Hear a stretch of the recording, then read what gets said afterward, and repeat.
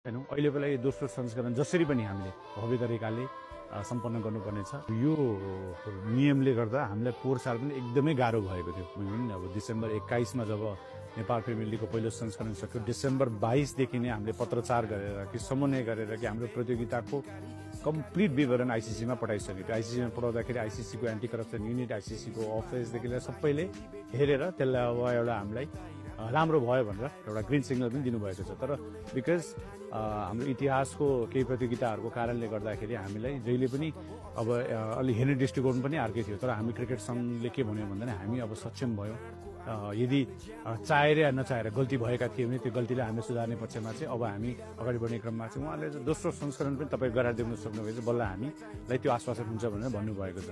आशा गरौँ कि अब अर्को वर्ष फुल स्याङ्सनिङ जब हामी पाउनेछौँ, यो फुल स्याङ्सनिङबाट हामी धेरै टाढा छौँ। त्यसपछि हजुरको अब यो प्रतियोगिता आयोजना गरेपछि वर्ल्ड कपभन्दा अगाडि पनि हामीले यहाँ इन्टरनेसनल म्याचेसहरू नै आयोजना गर्ने प्लानिङहरू पत्रचारहरू गरिसकेका छौँ। अहिलेको लागि जति च्यालेन्जेसहरू छन् त्यसलाई हामीले एक्सेप्ट गरेका छौँ र यो स्याङ्सनिङको विषयमा चाहिँ यो क्रिकेट सङ्घको कन्ट्रोलभन्दा पनि बाहिर भएको हुँदा पनि तर आइसिसी यसमा पोजिटिभ छ। हामीले यस्ता नेगेटिभली पनि हुनु भएन। अहिलेको लागि मलाई लाग्छ राम्रा खेलाडीहरू आएका छन्। पोहोर साल पनि प्रतियोगिता गजब भएको छ। टेस्ट प्लेइङ कन्डिसनसँग एसोसिएट लेभलमा नि राम्रा खेलाडीहरू छन्। ती राम्रा खेलाडीहरू अनुबन्धित भएका छन् टिमहरूले र आशा गरौँ अन द फिल्ड गजबको क्रिकेट हेर्न पाऊँ।